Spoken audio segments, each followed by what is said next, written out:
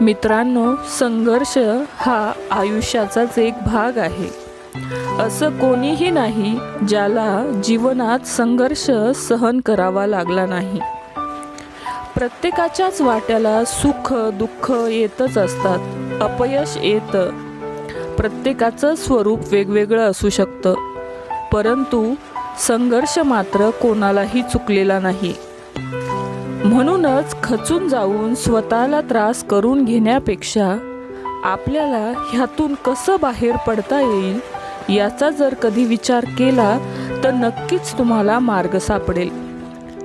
आपलं दुःख इतरांना कधीही सांगू नका, कारण रडून ऐकणारे लोक आपल्या पाठीमागे आपल्याच दुःखाची मजा घेत असतात.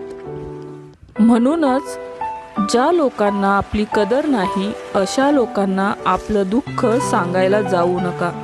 मात्र ज्यांना खरंच आपल्यासाठी काहीतरी करावंसं वाटतं, ज्यांना आपलं दुःख समजतं, अशा लोकांना आपलं दुःख त्रास आपण शेअर करू शकतो.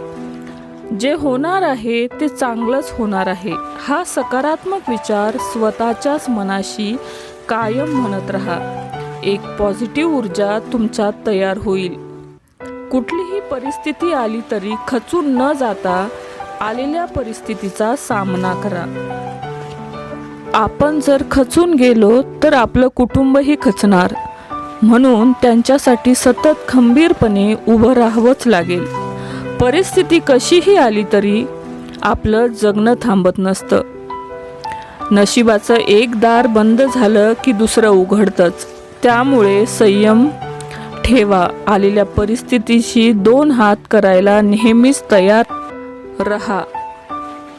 नक्कीच तुम्हाला मार्ग सापडेल. म्हणूनच वाईट दिवसांमध्ये कधीही स्वतःची तुलना इतरांशी करू नका. भोग तर देवालाही चुकले नाही, आपण तर माणसंच आहोत.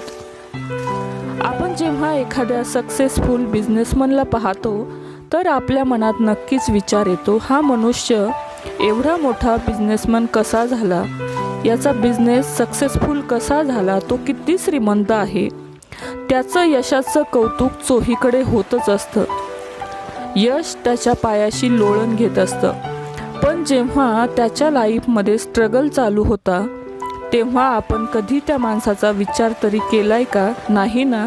एक व्यक्तीला संघर्षाचा सामना करावाच लागतो.